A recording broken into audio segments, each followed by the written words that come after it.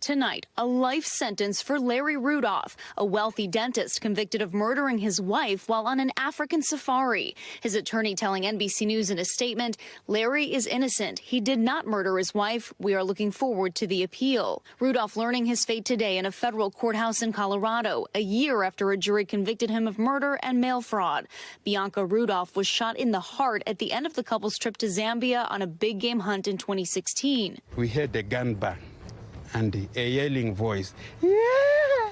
At the time, local authorities ruling her death an accident. There's no proof that Larry Rudolph pulled the trigger. But a friend telling NBC's Dateline the experienced hunter wouldn't have made that mistake.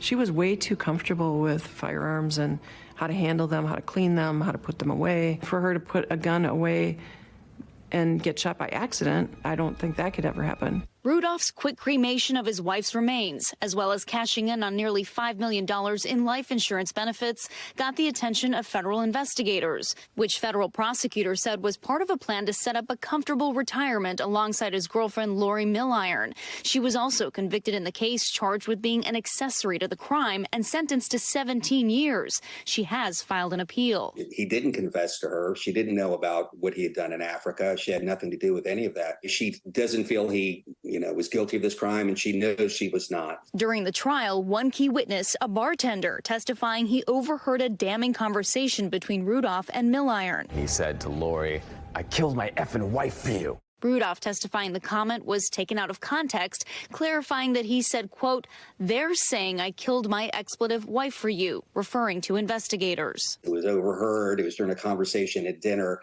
It wasn't some torrid confession here just out of the blue, which is, I think the government painted it to be that, but he heard what he heard, but he only heard part of it. Prosecutors say Rudolph made his wealth through a Pittsburgh area dentistry franchise business. Now he could forfeit his fortune and potentially the rest of his life.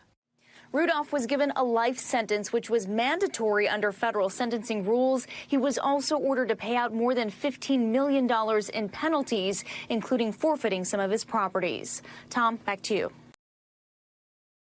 Thanks for watching our YouTube channel. Follow today's top stories and breaking news by downloading the NBC News app.